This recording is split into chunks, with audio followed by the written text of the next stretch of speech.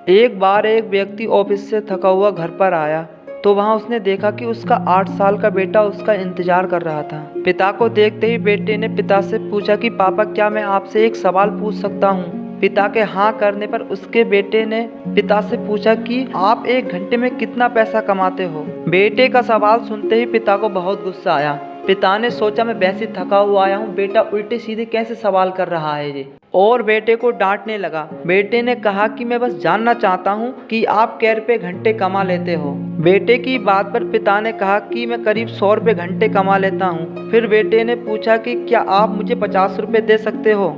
इस बात पर पिता का गुस्सा और बढ़ गया और उसने अपने बेटे को डांटते हुए कमरे में जाने के लिए कहा। बेटा रोता हुआ कमरे में चला गया। थोड़ी देर बाद जब पिता का गुस्सा शांत हुआ तो वह अपने बेटे के कमरे में गया और बेटे से माफ़ी मांगते हुए उसे 50 रुपये दे दिए।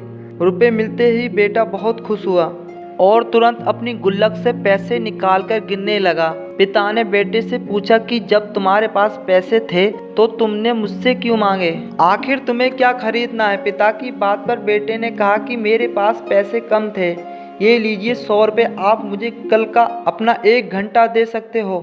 मैं आपके साथ बैठकर खाना खाना चाहता हूँ और आपके साथ समय बिताना चाहता हूँ। बेटे की बात सुनते ही पिता की आंखें नम हो गईं। पिता ने बेटे को तुरंत गले से लगा लिया।